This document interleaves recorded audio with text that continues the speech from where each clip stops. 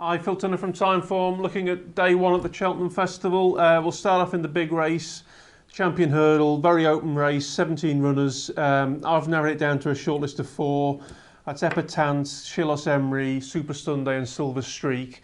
I think Epatant's the correct favourite, and if there is one horse who's going to blow the race apart, it's likely to be her, but given it's so open in the bunch field, I think it might be better going for a bit of each way value, and there's no more solid horse for me in the lineup than Supasundae. He's a rock solid Grade 1 horse. He should come on an absolute bundle for his encouraging reappearance fourth at the in the Irish Champion. It'll be a fresh horse.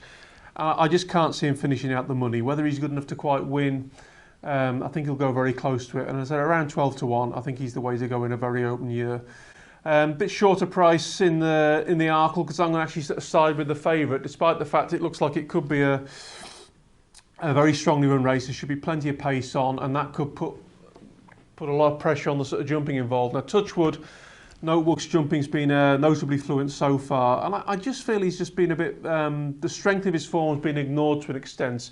If you compare him with other favourites of the meeting, they're a lot shorter than him.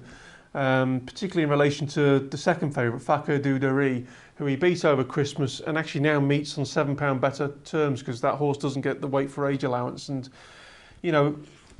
he just looks a very solid horse, and a reproduction of what he's shown so far should be good enough to win this. And 3 to 1 actually might not be that bad a price, and he could even drift on the day. And then moving on to race 6, the novice handicap chase, the 2 which catch my eye, and this is Esprit de Gay of Venetia Williams and Hold a Note of Mick Shannon. Slight preference for the latter.